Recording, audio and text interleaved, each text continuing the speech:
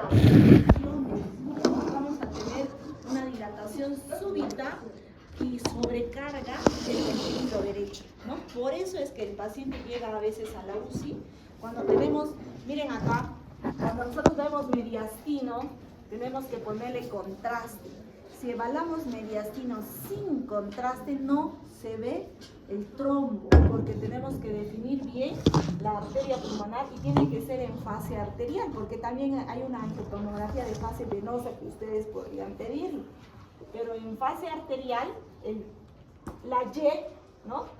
La aorta torácica, la aorta abdominal, y empieza a tener la Y, y entonces nosotros vamos a ver un déficit de contraste.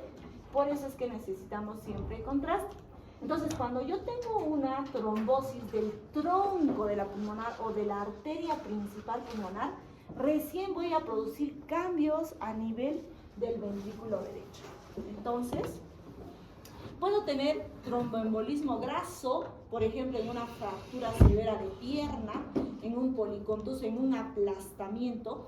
Yo puedo hacer tromboembolismo graso. Y la única manera de poder, yo no podría diferenciar, pues, si esto es una tromboembolia de fibrina y plaquetas, o que es un tromboembolismo graso. La única forma de diferenciar es el análisis de gases con los triglicéridos y los kilomicrones, que son su corte 150, yo digamos tengo 1000. Si mi valor es 1000 y yo tengo un trombo, yo puedo hablar en un factor de riesgo, un tromboembolismo graso. Un tromboembolismo de aire, ¿cuántos ml necesito para ocluir todo un flujo arterial? Digamos, le hago cateterismo. 20, ¿no? Una jeringa de 20, yo podría recién producir un tromboembolismo gaseoso, ¿no? Pero cuando nosotros tenemos la vía, toda la venoclisis, toda la ruta de la venoclisis es casi 10 ml, incluso 15 ml. Y entonces tendrías que empujar todo el aire para que haga tromboembolismo. Generalmente cuando pasa un poquito de aire se corta porque ya no hay flujo. Entonces el paciente se desespera y dice, me va a entrar aire y me voy a morir. Mecánicamente no debe entrar porque nada está empujando. Ustedes tendrían que empujar o enviar para que recién hagamos un tromboembolismo, porque no levanta toda la vía, se ocluye y ya no hay drenaje. Y pues un tumor, un émbolo tumoral también podría producirnos eso, ¿no? Entonces, en cuanto a su presentación, podríamos tener súbito, como les había dicho, como en una trombosis venosa profunda que dispara en un coágulo, un aplastamiento, con cambios inmediatos en el EKG. Puedo tener un cuadro subagudo o un cuadro crónico como en la trombosis secundario a hipertensión pulmonar. Recuerden que una causa de hipertensión pulmonar es el mecanismo 4, que es el grupo 4, que justamente es la tromboembolia pulmonar crónica, que hace un ciclo vicioso con la hipertensión pulmonar. Lo que pasa es que en la hipertensión pulmonar hay éstasis. Y como hay éstasis, la íntima, ahora vamos a ver cómo engrosa la íntima y entonces disminuye la luz del calibre del flujo de aire de la arteria pulmonar y hay una éstasis. Esa éstasis, ese flujo disminuido, esa viscosidad aumentada, hace pues que tengamos un cuadro crónico de tromboembolismo. Podría yo tener en troncos principales, como también podría tener subsegmentarios. Los subsegmentarios son bien difíciles de hacer, el diagnóstico tiene que ser con reconstrucciones especiales. Hace muchísimos años que se ha definido claramente la hipertensión y miren cómo la mortalidad a los 90 días globalmente, a pesar de que tenemos fibrinolíticos, que tenemos mejor endarectomía y mejores técnicas, la mortalidad global a los 90 días no cambia. Porque probablemente tengamos otros factores de riesgo secundarios. Entonces, ¿qué es importante definir además en ese riesgo de tener hipertensión pulmonar o cuando ya el paciente tiene hipertensión pulmonar? Es importante definir la hemodinamia. ¿El paciente está hemodinámicamente estable o no? Y la única forma de definir es a través, ¿está en paro, está en shock o tiene hipotensión persistente? Estos tres conceptos a ustedes en el paciente que tiene factores de riesgo les van a decir, ¿tiene estabilidad hemodinámica o no? Si el paciente está inestable hemodinámicamente por cualquiera de estos criterios, tiene que ir a la UCI, tiene que ir a recibir fibrinolíticos, probablemente endarectomía y según su factor de riesgo. Entonces es muy importante ver, ¿no?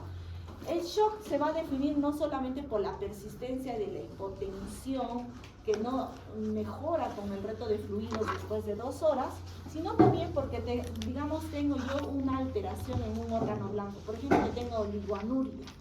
La oligoanuria en el tema del TEP también va a ser una inestabilidad hemodinámica que podría ser secundaria al shock.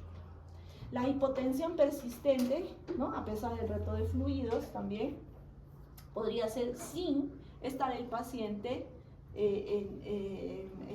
con hipoperfusión de órgano blanco. Entonces, ¿qué es importante definir? Recuerden, no sé si los de atrás ven, recuerden que todo lo que le va a pasar al tope, no es un tope, le están poniendo un tope, abren el caño y le ponen un tope, entonces todo lo de atrás va a aumentar. Va a haber una poscarga del ventrículo derecho aumentada, una dilatación del ventrículo derecho, y la única forma de ver la dilatación es haciéndole un ecocardiograma en la cama del paciente. Hay una insuficiencia de la válvula tricuspidia, aumenta y hay una alteración del cambio de tensión de la pared del ventrículo derecho y ya va a haber activación hormonal. Entonces, si nosotros vemos el siguiente cuadro, ahorita regresamos, yo tengo bajo riesgo en mi paciente cuando no tengo activación hormonal. Quiere decir que no tengo hipertensión, no tengo reflejo vagal, no tengo taquicardia, no tengo sudoración, no tengo esos síntomas vasovagales que producen la hipertensión de arteria pulmonar. Si yo tengo simplemente un TEP subsegmentario de bajo riesgo, el paciente yo le puedo dar anticoagulación oral. Sin otros factores de riesgo, el paciente va a ir a una sala común, se le da el tratamiento y queda ahí. Pero si yo ya tengo, si regresamos nuevamente para ver, ya, no me quiere obedecer lo máximo. ¿Qué es lo mismo, no? Ya, allí. ¿Ven mi flechita? Ya, entonces miren, solamente ese cuadrito. Entonces, cuando yo ya tengo activación neurohormonal, inflamación miocárdica, medida a través de la troponina, del CPK, MB, ya tengo una injuria cardíaca en el paciente, mayor demanda de oxígeno, ya estoy haciendo un cortocircuito, mi riesgo de vida cambia y yo voy a tener, miren, con la activación hormonal, un riesgo intermedio bajo. Cuando ya tengo injuria cardíaca, ya tengo un riesgo intermedio alto. Desde la injuria cardíaca medida con troponinas, porque hay que medir, hay que saber cuánto de injuria cardíaca tengo, con marcadores inflamatorios que ahorita lo vamos a ver. Entonces yo voy a tener más riesgo y mi paciente va a tener que ir a la trombólisis o a la endarectomía. Sigue siendo el shock, sigue progresando, yo voy a tener ya comunicación auriculoventricular, se van a abrir, porque hay tanta presión que se pueden abrir las comunicaciones que ya estaban cerradas, vamos a tener isquemia, ya va a disminuir la contractibilidad, porque ya no hay a dónde contraiga, se está dilatando cada vez más, y en un periodo corto puede llegar a la muerte. Entonces el paciente, cuando tiene riesgo alto, y a veces ya no hay nada que hacer, e indefectiblemente llega a la muerte nuestro paciente.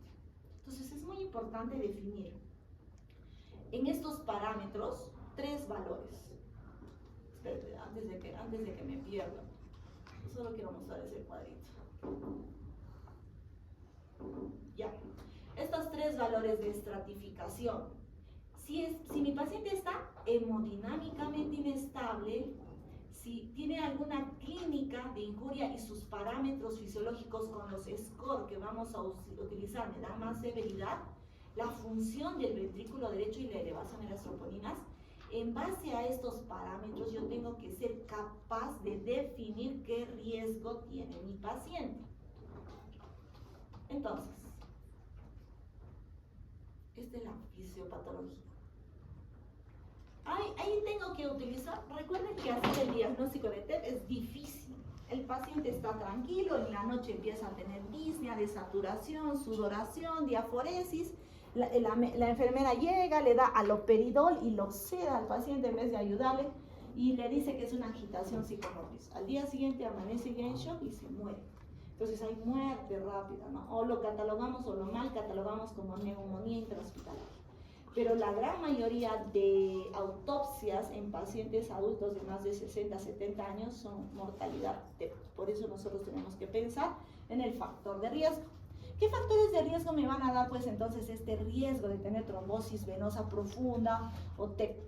Fracturas grandes de miembros inferiores, hospitalizaciones con falla cardíaca y fibrilación, reemplazo de cadera o rodilla, traumas grandes, infartos anteriores, tromboembolia anterior o lesión de médula central. Yo tengo un factor de riesgo ya establecido como un factor de riesgo alto para trombosis venosa profunda. Y recuerden que la trombosis venosa profunda pasa que los pacientes están echaditos, tranquilitos 2 semanas y cuando les dan de alta no hace fiebre, está saturando normal, ya, señora, se va de alta a su casa. Se sienta, se mueve, se moviliza, lo doblan, lo meten a la silla de ruedas, luego al carro llega, se infarta en su casa y regresa. ¿Qué fue?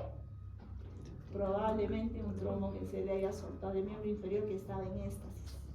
Estaba tan tranquilito, echadito, que ni al baño lo llevaban al paciente, entonces no tenía movimiento, pero cuando lo levantan se va de alta. ¿Cuántas veces nos pasa que el paciente en la mañana se va de alta y en la noche regresa por la emergencia? O al día siguiente. Y probablemente haya sido pues esta movilización súbita que le hemos dado a ese paciente que estaba postradito y lo valoramos postrado. Hay que valorar al paciente en 2 fases, en la fase de reposo y en la fase hemodinámica. Cómo camina el paciente, cómo regresa. ¿Qué tal? Sentadito satura 90 y luego se va al baño y está, satura 70. Ese paciente tiene que ir con oxígeno domiciliario, tiene que ver con anticoagulación profiláctica por lo menos, para que no se nos complique. Andrés, ¿por qué estás con celular?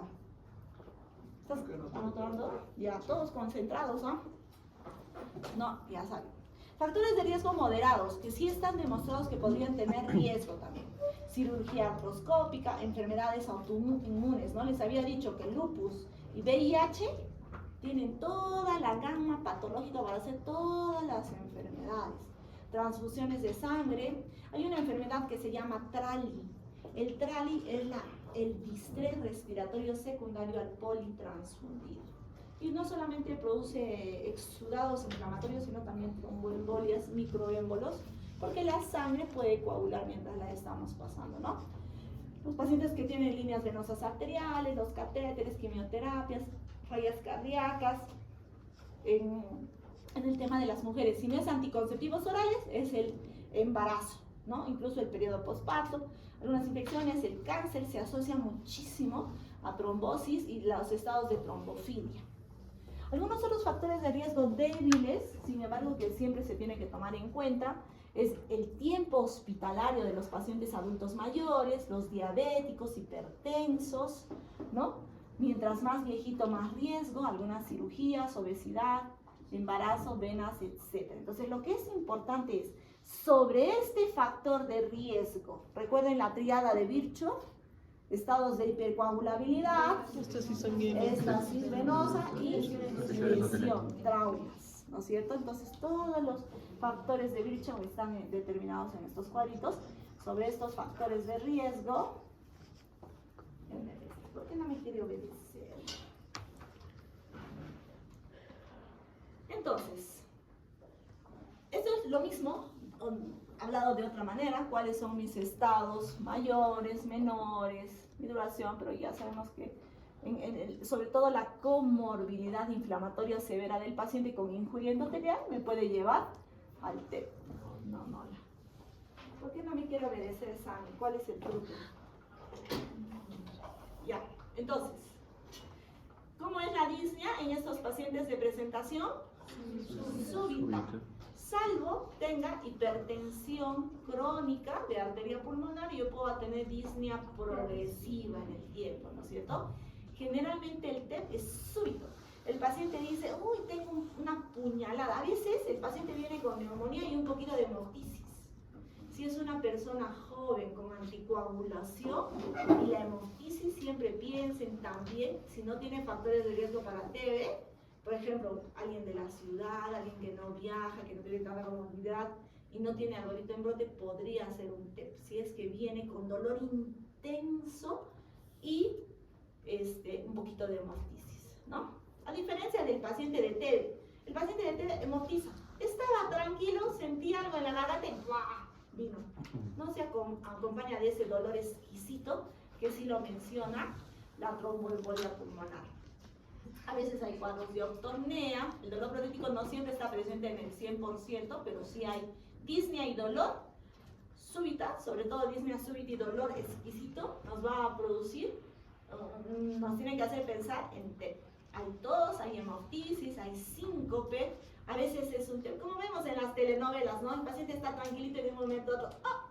Y se desmaya. Es un dolor intenso, le va a producir reflejo vagal al paciente. Y al producirle el reflejo vagal, diaforesis, hipertenso y luego hipotensión, taquicardia y luego bradicardia y desvanecimiento, síncope por dolor, ¿cierto? Entonces, si alguien viene y comienza, ay, me duele mi pulmón, debo estar mal, si está sentadito, tranquilito, diciéndole que me duele, tengan la plena seguridad que no es pulmonar ni cardíaco, porque el dolor es intenso, que al paciente no le va a hacer venir a la consulta, le va a hacer ir a la emergencia, ¿no? Los pacientes llegan por emergencia. Taquipneico, taquicárdico, diaforético, a veces febril, y acá se altera todo lo que es la función de la arteria pulmonar, ventrículo derecho, y luego ya pasa todo, ¿no? Hacia el ventrículo izquierdo. Cianótico, crepitantes, a veces edema y congestión. Y en muchos casos, signo de Hoffman, en relación a trombosis venosa profunda. En el EKG, recuerden que todo lo que le pasa a la arteria pulmonar le va a pasar al ventrículo derecho y vamos a tener el patrón clásico. S profunda en D1, en la derivada 1, ¿no es cierto? Luego Q3, T3, la T invertida, las T's invertidas en la derivada 3 y en derivadas de caras anteriores B1, B2, B3, B4, T's invertidas. La Q3, la prominencia también en la derivada 3 y el S1. Ese es el patrón típico del tromboembolismo pulmonar. Tengo que hacer el EKG de 12 derivaciones con un D2 largo, ¿no es cierto? Además, en D2 voy a ver la P pulmonar, la P picuda, ¿no es cierto? Ay, no ha grabado. No ha grabado los otros cambios, creo que he traído el anterior. Ya no importa, Sammy, me hace recordar en la noche que te mando los cambios del EKG. Tengo las diapositivas del cambio del EKG, porque en el EKG no solamente tenemos alteraciones del patrón típico, sino también tenemos alteraciones a nivel, ¿por qué nos da sobrecarga? ¿Por qué se afecta el ventrículo derecho? ¿Por qué aparece la T picuda? ¿No es cierto? Entonces, todos esos parámetros son fáciles. Ustedes que están haciendo cardio, ya habrán hecho TEP o no.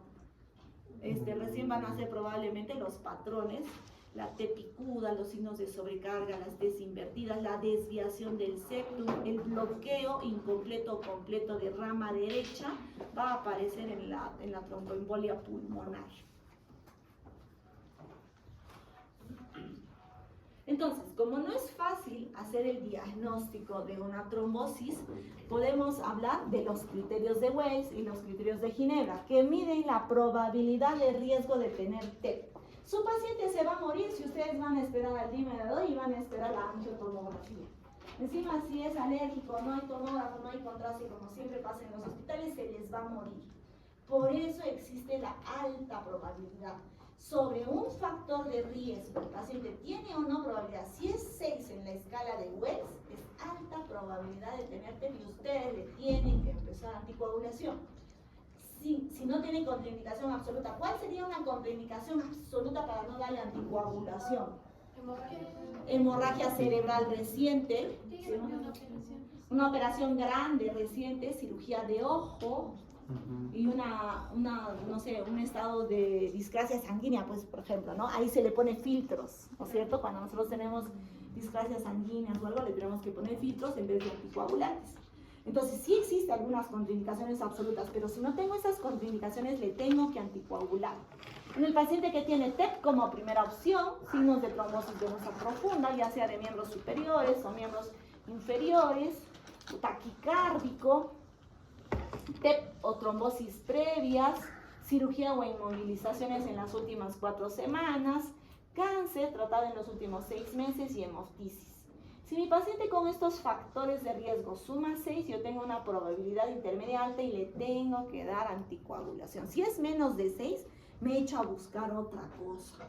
Y si aún así tengo dudas, le hago una angiotomografía y un dímero D para estar seguros o que no sea o que realmente comparta, ¿no? En cuanto a la escala de Ginebra, a diferencia de la escala de Wells, entra la cirugía reciente, el PAFI, el CO2, la edad, y si hay atelectasias, incluso la elevación del hemidiafragma, ¿no? Recuerden que tenemos algunos signos indirectos de la tomografía que ya no le damos mucha valoración porque son signos muy indirectos del TEP. Ya que tenemos todos los hospitales generalmente cuentan con la angiotomografía, ya no nos basamos en ese, ¿no? Si es alta probabilidad o probabilidad intermedia, le damos esa. Tenemos que pedir el dímero D no como para confirmar el diagnóstico, sino para estar seguros que no es TEP, ¿no? Es un valor predictivo negativo alto. Si el dímero D está normal, no es TEP.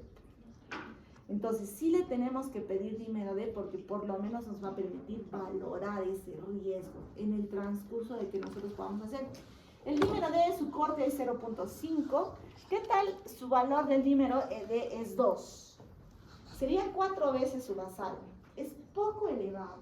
El dímero D se puede elevar en venopunción, en colagenopatías, en inflamación, en enfermedad intestinal crónica, en muchos factores se eleva el dímero D.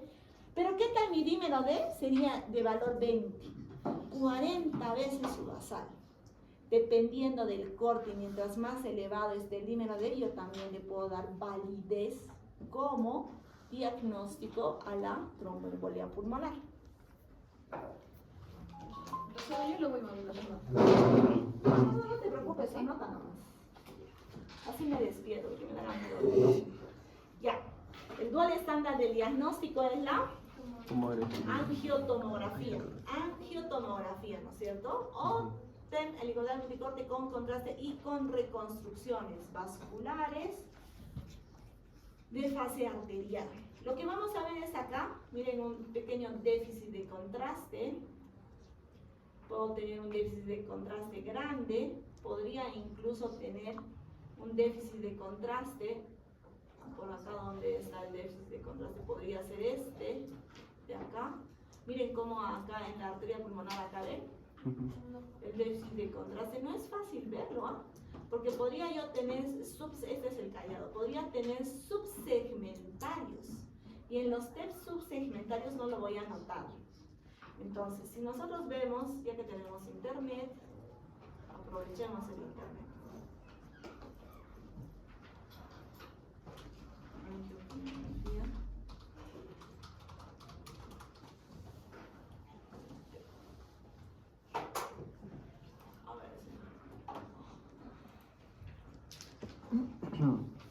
Entonces, miren acácito, como hay un déficit de contraste. Acá es, miren, una trombosis severa y probablemente tenga mayor riesgo de mortalidad. Cuando nosotros tenemos la tromboembolia en arteria pulmonar severa, mientras más grande es la trombosis, más riesgo de mortalidad tengo. Si nosotros vemos así una neumonía de base triangular, esto es una neumonía grande, pero el signo de Kussmaul, ¿se recuerda?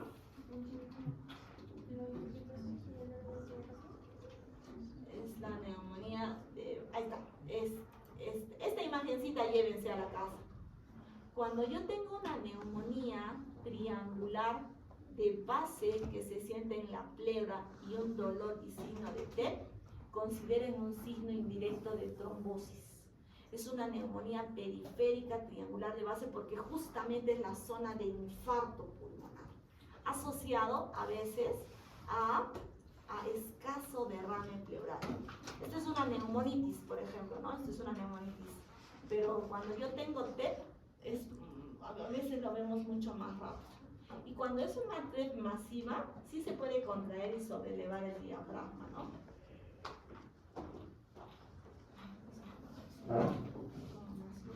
Miren, por ejemplo, acá, una trombosis severa, pero yo puedo tener trombosis subsegmental, en tomografía de TEP subsegmental, vamos a poner.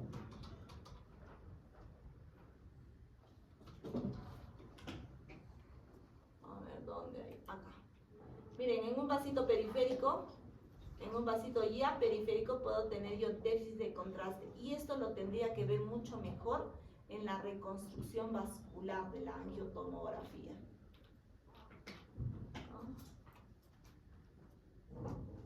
Un cáncer es trombosis grande. Estos no hay más trombosis.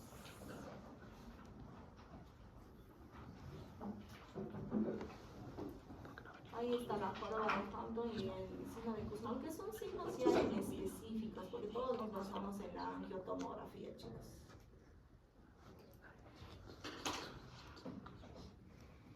Entonces, ¿qué tenemos que hacer en la trombosis para que lo vean los de atrás? ¿Sí se ve? Para los de atrás. Entonces, es muy importante que nosotros como médicos podamos asumir el diagnóstico de TEP ante el paciente que tiene factor de riesgo, ¿no? Y hacerle, antes hacíamos arteriografías.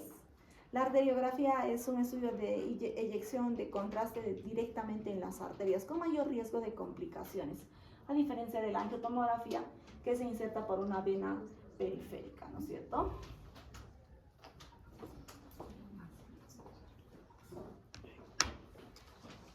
Ya, entonces, ya tiene mi paciente factor de riesgo, tiene la clínica, yo tengo que hacer mi evaluación hemodinámica, teníamos 3 parámetros, está en paro cardíaco, shock o hipotensión. Esos 3 parámetros me hablan de inestabilidad hemodinámica. Si mi paciente es inestable hemodinámicamente, tiene estos scores del PESI, que es un score de severidad, que ahorita lo vamos a ver en TEP, más compromiso cardíaco, elevación de troponinas y alteración del ventrículo derecho en el electrocardiograma, tiene alto riesgo. ¿Cuánto se va a morir?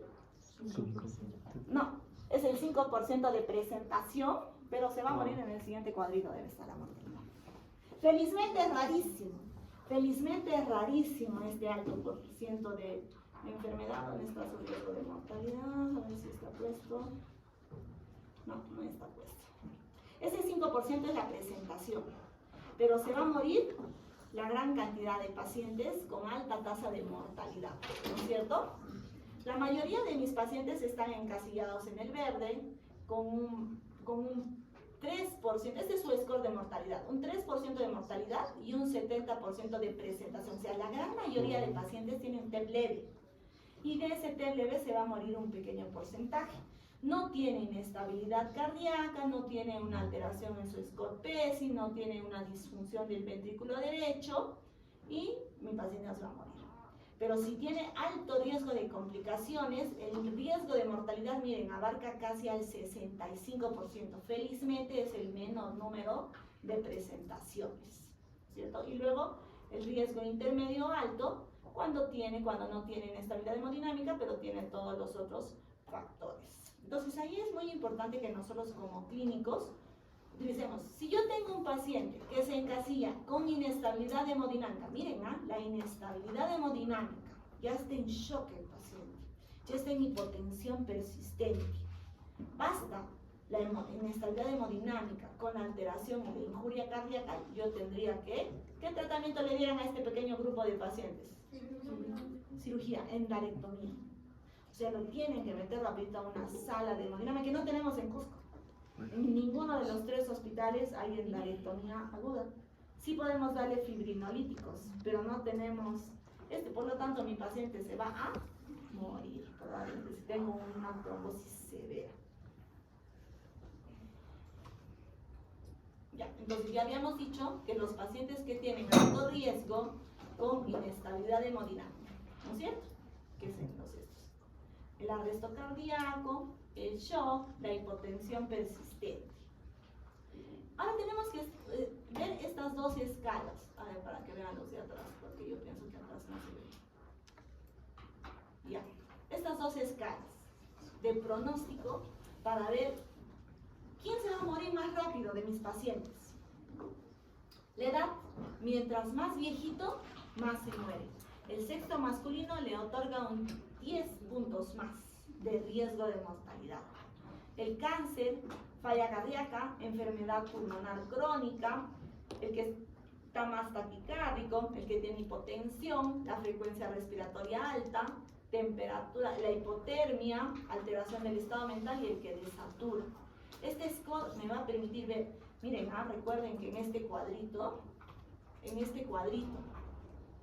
quien tiene mayor escala de severidad, o sea, esos factores de riesgo que estamos valorando en la escala PESI, por lo menos tiene un factor intermedio alto o intermedio bajo, ¿no? Entonces, es muy importante que valoremos esta condición. La edad es muy importante, los antecedentes de comorbilidad y cómo lo encontramos al paciente.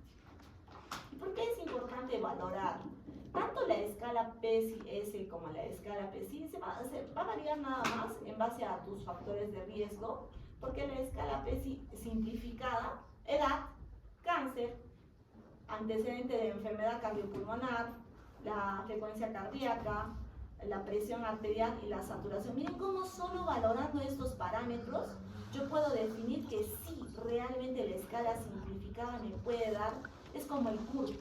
Este es el score de riesgo de mortalidad en los pacientes, ¿no? Mientras más valores en su escala, aquí está la interpretación. Si yo tengo mayor a 125 puntos, yo tengo muy alto riesgo de enfermar y por lo tanto contribuir a la mortalidad por TEP. Otros parámetros que nosotros tenemos que valorar es la injuria cardíaca midiendo la troponina, ¿no es cierto? Ya que aumenta en la gran mayoría de pacientes con TEP, aumenta la mortalidad y sobre todo si tenemos un corte más de 14, pero tiene que ajustarse para la edad, ¿no es cierto? Si la troponina está normal, no hay injuria cardíaca y es un TEP probablemente de riesgo intermedio bajo o bajo. Otros parámetros que tenemos que valorar en el TEP es el péptido natriurético proline, el lactato es muy importante. El lactato cuando se eleva o es sepsis, y si no es falla renal o es sepsis, o netamente tiene más riesgo de injuria. Recuerden que el lactato se asocia al metabolismo anaerobio, ¿no es cierto? El clearance de creatinina, hay algunos mediadores inflamatorios como la cistatina C, la copeptina, Enegal, que son mediadores inflamatorios que se han tratado de utilizar en TEP, pero no están estandarizados como para su uso masivo en muchos hospitales. ¿Qué le vamos a dar entonces nosotros a nuestro paciente? Si yo tengo un TEP y shock o estados de inestabilidad hemodinámica, le voy a trombolizar, ¿no es cierto? Y para yo trombolizarlo voy a utilizar el alteplase, streptoquinasa o la uroquinasa en este protocolo. Yo no quiero que aprendan las dosis, pero sí necesito que sepan cuáles son las contraindicaciones absolutas y relativas para que podamos nosotros definir si realmente vale la pena. ¿Qué pasaría si yo tengo trombosis venosa profunda o trombosis de miembro superior y a pesar de eso tengo TEP y shock? No le puedo dar esto, le hago endarectomía y le pongo filtros. En otros países todos los pacientes con TEP entran a hemodinamia y se hacen endarectomía, a diferencia de nuestro país, que creo que en Lima también no hacen muchos hospitales. Entonces, alteplase, streptoquinasa, uroquinasa se les pasa en un protocolo de infusión a los pacientes, siempre y cuando no tengan historial de ictus hemorrágico las últimas 4 semanas por lo menos, o ictus isquémico los 6 meses anteriores por el riesgo de resangrados. Pues de nada serviría que yo le cure del TEP y le dé un infarto cerebral o un sangrado cerebral, ¿cierto? No le serviría al paciente. Neoplasias del sistema nervioso central, traumas importantes o cirugías craneales 3 semanas antes, diátesis hemorrágica, hemorragia activa, etcétera, etcétera, etcétera. La trombectomía significa que yo entro por vena cava inferior o por cateterismo cardíaco derecho, introduzco unas sondas de succión o unas sondas de destrucción. Llego hasta la arteria pulmonar y empiezo a frotar, así como el cepillito que frota el broncoescopio, igualito. Empiezo a frotar y empiezo a destruir el coágulo. Mi misión es permeabilizar, tunelizar. No, si es agudo, probablemente sí lo logro, pero en el tromboembolismo crónico, que el calcio de repente ya está calcificado, de repente ya no lo logro, pues, ¿no? Porque ya es trombosis crónica. Y además en la hipertensión de arteria pulmonar, cuando la íntima se hipertrofia, ya nada lo deshipertrofia. ¿Qué tratamiento le diéramos para evitar que esa hipertrofia baje? cuando un músculo está hipertrofiado, ya desarrolló, y cuando hace flacidez, como lo que pasa a los, ¿cómo se llama? A los deportistas que usan anabólicos. ¿Han visto alguna vez sus músculos cuando están con buen entrenamiento, pero dejan de hacer entrenamiento y empieza a tener flacidez, descolgado, ya no lo logran? O sea, ya a pesar de que tendría que tener una reducción a ver, ¿cómo reducirían esa masa muscular? Primero con disminución de proteínas y con disminución del ejercicio, lo cual le daría disminución de tamaño y hipoflacidez. Quiere decir que si el paciente sigue en ejercicio, va a mantener su tono y su tamaño de músculo. ¿No es cierto? Lo mismo pasa en la hipertrofia de la arteria. Cuando la hipertrofia de la arteria está establecida, no hay mecanismo que le haga disminuir esa hipertrofia. No hay medicamento, ¿no? Entonces se ponen sondas de succión, se permeabilizan las vías, por ahí mismo en algunos casos se puede introducir algunos fibrinolíticos con alto riesgo de sangrado central, ¿no es cierto? Sin embargo, nuestra obligación está en aprender la anticoagulación. Yo puedo tener inhibidores de la vitamina K, el apixaban, dabigatran, el rivaroxaban o la enoxaparina, que es de la enoxaparina de la heparina de bajo peso molecular. ¿Cuál es la diferencia en dar uno y otro? Primero, que cuando yo tengo que darle warfarina a mi paciente, siempre tengo que empezar con dosis plenas de anticoagulación, ya sea de heparina o de enoxaparina. No le puedo dar de frente warfarina. Y si ustedes hablan de la warfarina, recuerden que es una medicación que tiene que tener INR entre 2.5 y 3.5. Y se puede modular la dosis, tiene que ser estrictamente modulada.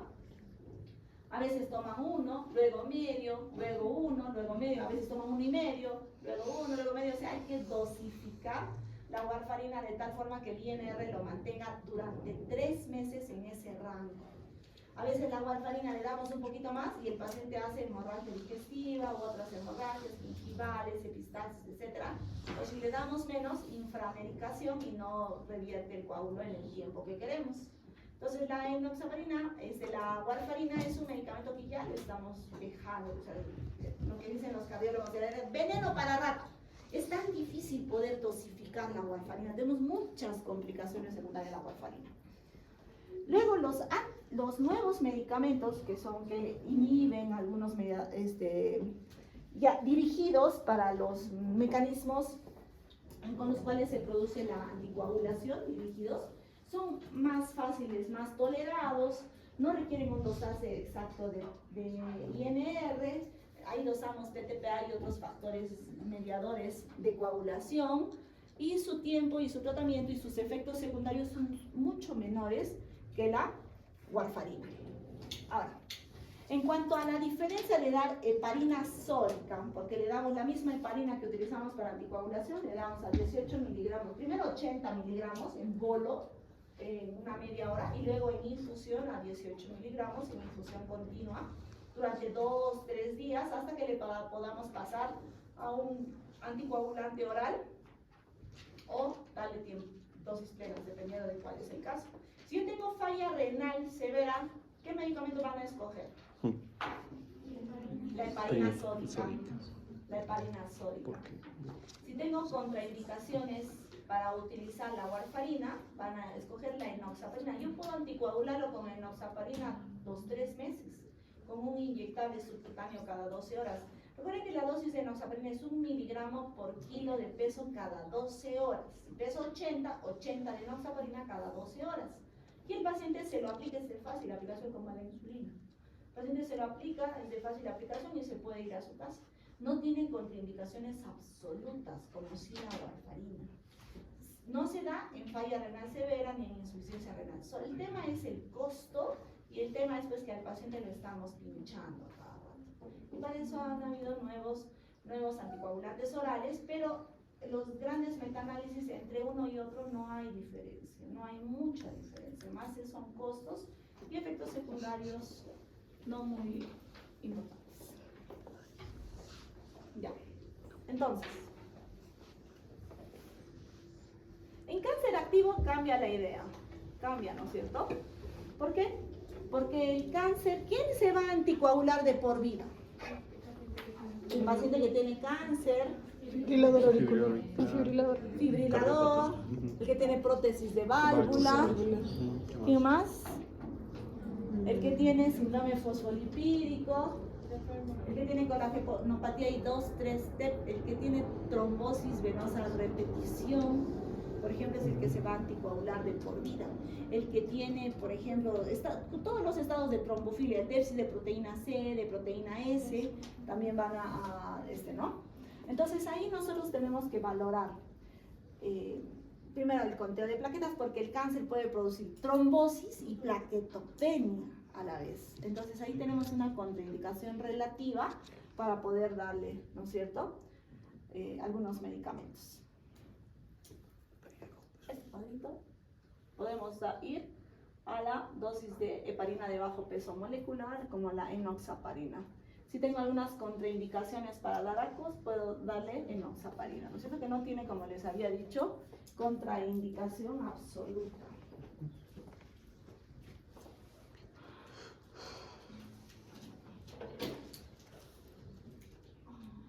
Está.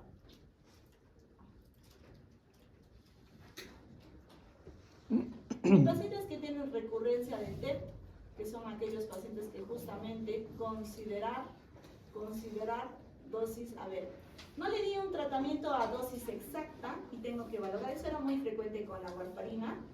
Sigue habiendo recurrencia de TEP, probablemente no le estoy dando una dosis exacta del medicamento, o que realmente tenga algún paciente este cuadrito.